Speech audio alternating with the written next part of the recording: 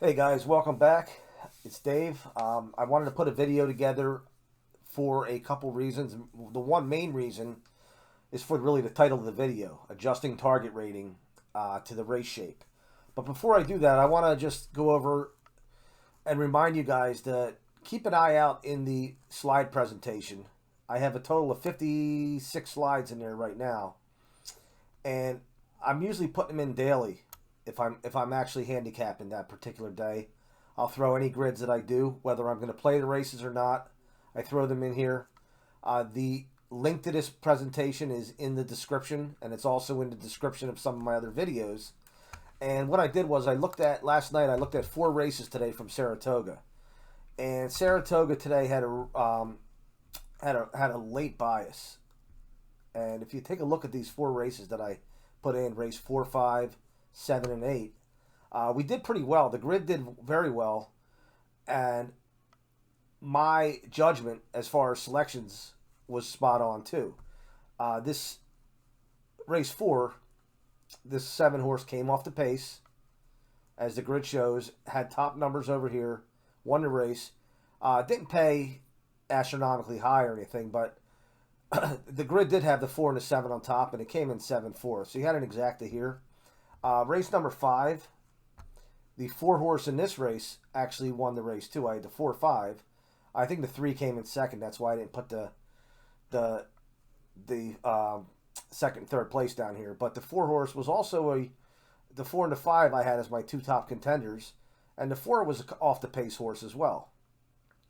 Now you look over here. This is where the money was made.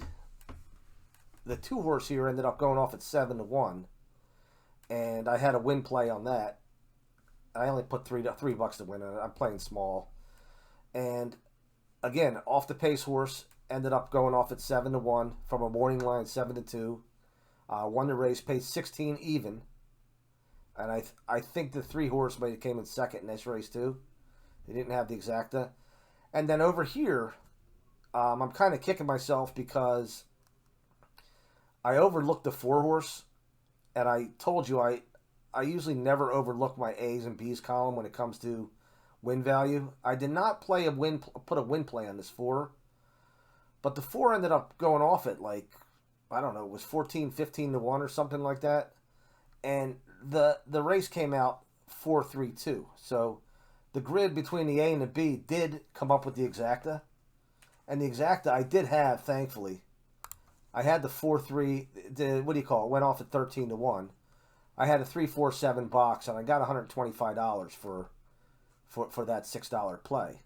So all in all, it was a profitable day for me in that respect. But again, I overlooked that 4 when it came to a win play, and the horse did go off at 13-1, and again off the pace. So you're going to get those days where the horses are winning off the pace, and I think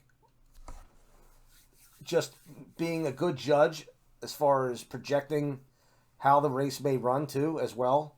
When you look at the number of E's and even the EP with the higher querying points, 5 and 6 and 7, you may be able to predict that, or project that, I should say, and use pace lines that have the slower averages, such as minus 2 and -3 and -7 and so forth. Okay, but I want to get to the main point of this video. The main point of this video was to show you something that I wanted to add in one of my later or earlier videos, a couple videos ago, and it kind of just slipped my mind. But let me make this a little bit larger. And what it is it's adjusting target rating in route races to reflect the shape of the race. Okay, really reflect the shape of the second call, and I'm going to tell you why. First of all, the second call is the 3/4 mile mark in a route race, and we get our target ratings off of that time. So if I do a split screen here, take a look here, and we're going to take a look at that race at Monmouth. And again, I apologize. I cannot make the PPs from the PP generator any larger. I can't. There's no zoom function. But I'm just going to show you what I mean by that. in this race right here, we get the target rating off the 112.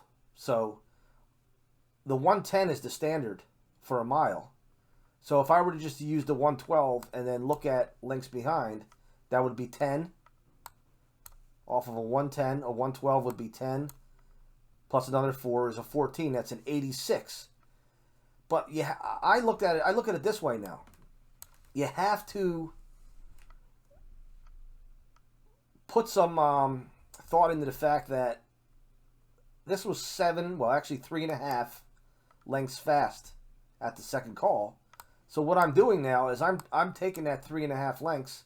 So I'm taking this 2C if it's a positive, and I'm subtracting half of that. So I'm going to take make that an 85.5. And let me make sure I did that right. 10, 86. Actually, no, I did it too fast. It's an 82.5.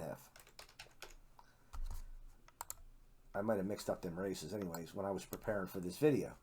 But I'm going to take the 3.5 off of that target rating. Now we'll look at another one.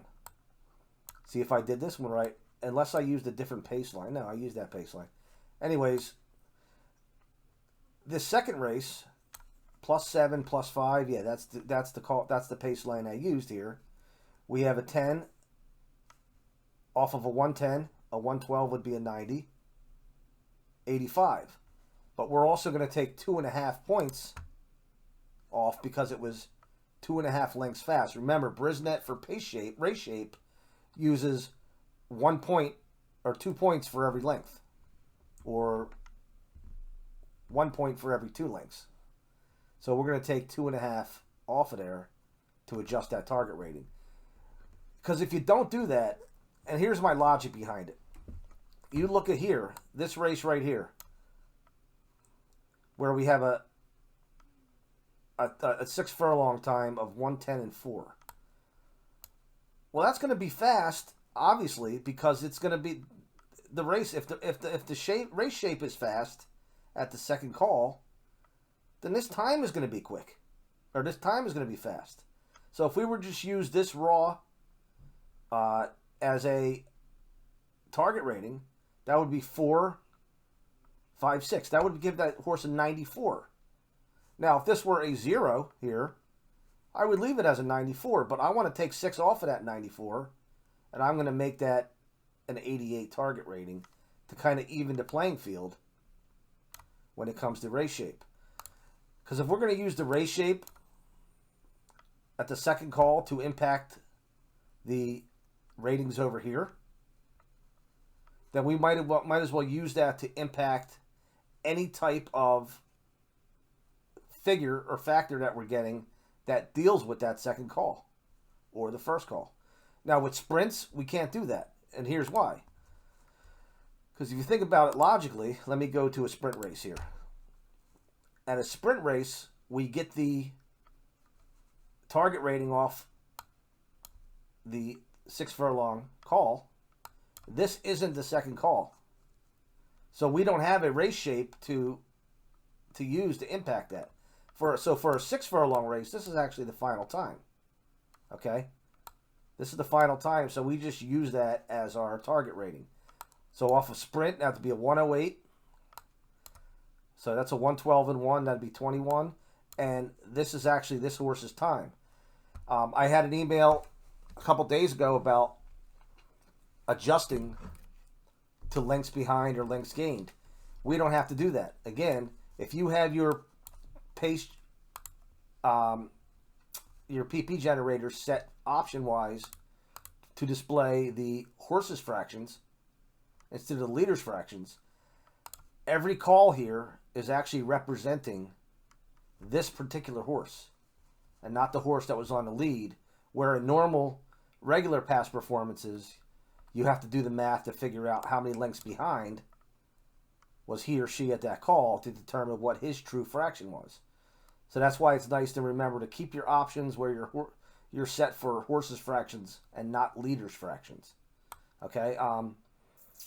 Anything other than a 6 furlong, if it was a 6.5 furlong, see if I can find one here, or a 7 furlong.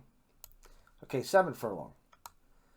If this were a 7 furlong race, and I wanted a true target rating, I would have to go off the 6 furlong. That would be 15 off of 108. I'm sorry. That would be 25, 26.